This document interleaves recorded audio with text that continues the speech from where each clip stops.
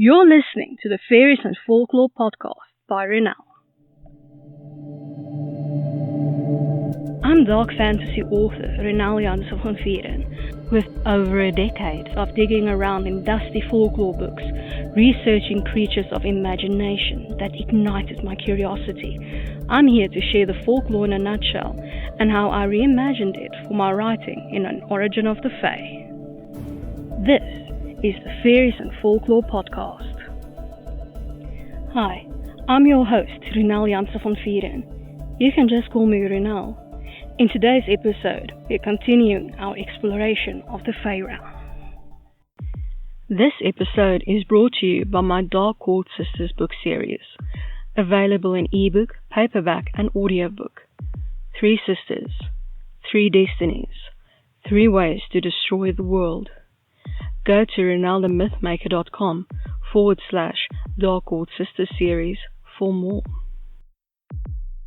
You can now support my time in producing the podcast, researching, writing, and everything else involved by buying me a coffee. This can be a once-off thing, or you can buy me coffee again in the future at your discretion. Go to buymeacoffee.com/Ronel to support me.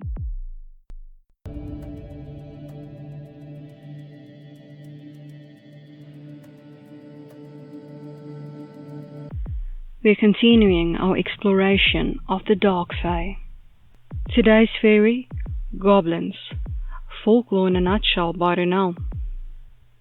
There are different types of goblins in folklore, and then there's the way they've been twisted to suit the needs of authors, until the first thing you think of when you hear goblin is what Tolkien created. They've been around for a very long time, and have made their presence known. Benign goblins exist. They are known as hobgoblins. Closely related to brownies, these goblins help out around the house and rarely pull pranks. Another set of nearly benign goblins are knockers. They live in mines and will on occasion knock on walls to warn of cave-ins. But if the miners have disrespected them, they will knock hard on the walls to cause cave-ins.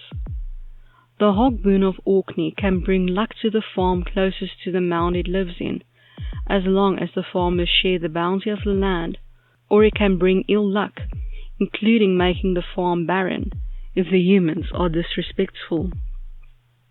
Drows, also from Orkney, are the closest to what we think of when we hear the term goblin. They are old, deformed, short, with a stunted look, and overall ugly in appearance. They only leave their gold-covered mounds at night to play tricks on humans. The kobolds from Germanic mythology can live in ships, mines, and even human homes. They change their appearance to suit their environment. When living in homes and on ships, they help with chores and play mischievous tricks in equal measure. In mines, though, they are blamed for the troublesome and poisonous nature of the ore the metal kobold resides in. The Irish puka is considered a type of goblin for its mischievous nature. Pukas like to take careless travellers on wild rides to the countryside, ending in being thrown into mud pools and ditches. Whether you believe them to be helpful and mischievous, or malicious and greedy, the magical goblin can come in any form from any place in the world. And now for my interpretation of the Fae, in An Origin of the Fae, Goblins. Shorter than dwarfs, but taller than Golnu, goblins resemble deformed humans with animal feet. Some have the feet of goats, ducks, lizards, etc.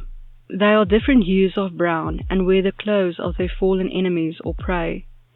They carry iron weapons, mace, axe, etc., and lockpicks.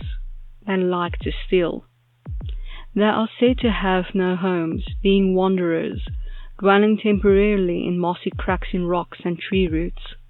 Usually in the human realm, goblins can be found in sewers or abandoned houses and forts.